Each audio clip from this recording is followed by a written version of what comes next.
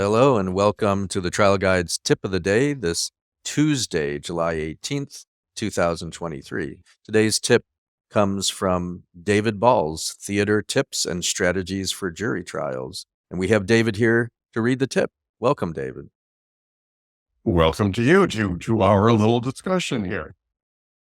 This is from Theater Tips and Strategies for Jury Trials. This doesn't cover ANITA, the National Institute for Trial Advocacy, but about 15 years ago, Trial Guides bought all of my stuff and brought it over to Trial Guides. So where you get this, if you want this book, is from Trial Guides. And this is the quote. The single most important task in trial is to give your favorable jurors tools designed for their use, not yours, words and phrases they can easily use, concepts they can easily convey, and plain language responses to every argument they're likely to encounter from opposition jurors. This is based on the fact that you are engaged in a very weird business. You're not just engaged in the task of making up other people's minds for them, of making them make the decision you want them to make. That's hard enough. But now, once they've come your way, you need them to be able to go into deliberations and pick up the torch from you and fight the battles for you. You can't be in there. That's really the whole purpose of trial. I need to get whoever will go along with me to go in there and fight the battle. So just a quick example. This is not the only way to do it. You'll say to them in closing, if somebody says during deliberations, they think such and such a thing, remind them such and such the other thing, and say it briefly in a boiled down phrase that they can remember. Find ways to say it 2 or 3 times. Say, if you're taking notes, you might want to write this down because you're probably going to need it in deliberations. So that when they go in there, they're ready to pick up the torch. And the reason this is so important is A, you can't be in there. B, once I, as juror number 3, am convinced, that doesn't mean I can go in and argue and convince anybody else. Once you give me those words and phrases, I can and I will. And once I have made those arguments for you, I am much less likely to fold because now I've laid my opinions on the table. Now it's much harder for them to get me to go along with the other side.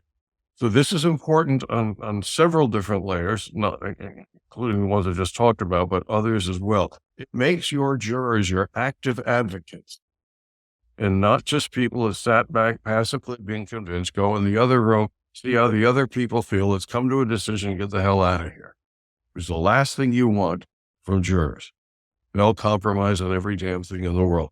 If somebody says $1 million is a lot of money, remind them a lifetime of pain is 10 times that a lot of money.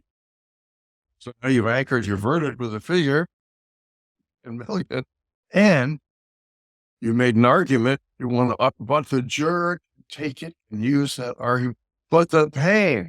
And another juror says, $1 million is a lot of money, which still may be one of the most common phrases jurors ever say. Or if it's a smaller case, 100,000 is a lot of money, or bigger, whatever. It varies.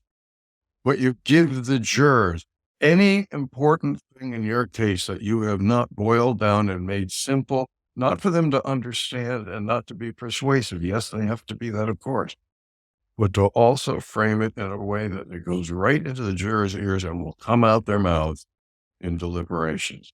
That's probably the ultimate goal of all advocacy. Because if you don't do that, I don't care how much you've persuaded a juror. That doesn't make them a good advocate for you and your client in deliberations.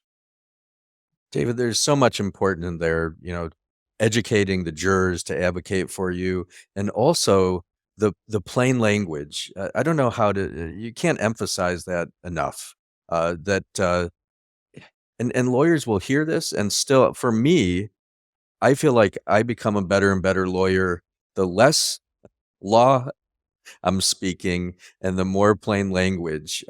It's not to speak down to people, but when we start with the plaintiff alleged this or the defendant did that, people don't even know what plaintiffs and defendants are.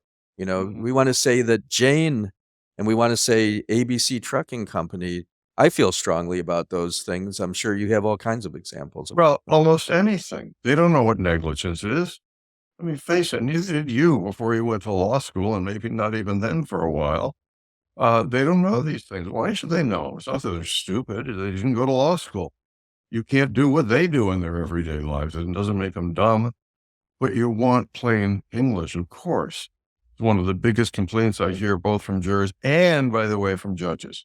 Judges do not like legalese in your damn briefs and motions. They just don't, if they have to read them. I mean, as one judge said to me, I got to read this stuff. So yes, you're absolutely right there. But what we're really doing now is trying to, it's not just get rid of the legalese. It's make the language in simple sentences, not because they're stupid, but because you want them to remember them. Where you can start doing this is much earlier in trial. You can ask your experts to say, these folks are going to need this concept when they get to deliberations. So would you mind saying that again or explaining that a slightly different way or for the lay person's ear? And that does two things. One, it gets the experts say to be more juror friendly in how he or she speaks, but also it reminds the jurors they're going to have to go in and fight for you. It tells them that early on. Otherwise, you get people who never thought for a minute about it, that we're going to have to make a decision later. That never crosses their minds. I'm never going to have, it doesn't occur to them to talk to other people. When you remind them of that, and you can't say, later at the end, you're going to go deliberate. That doesn't do it. When you tell them specifically what they're going to have to do, you're going to need this to explain to each other when you get to deliberation. So you use when you talk to each other, that tells them something they're interested in. And if they're taking notes, you will see some of them writing down. Wow. As always, thank you for sharing your wisdom today, David. Sure. Thank you for the opportunity to do it. It's always fun. Let's take a deep breath together and be grateful to be alive this Tuesday. May the work that we do today help reduce suffering in our lives and the lives of our clients and help reduce suffering in the world. May the work we do today help repair the world. May we fiercely and compassionately advocate for our clients and champion their stories. May we do so coming from a place of love. It's possible and actually very effective to come from a place of compassion and love, not from a place of hate, and be a badass trial lawyer with great results. I'm going to ring a bell 3 times now. This can take you into a meditation practice, a prayer practice, or just remind you, wake up. It's Tuesday. Go out, do good things, and have fun while you're doing it.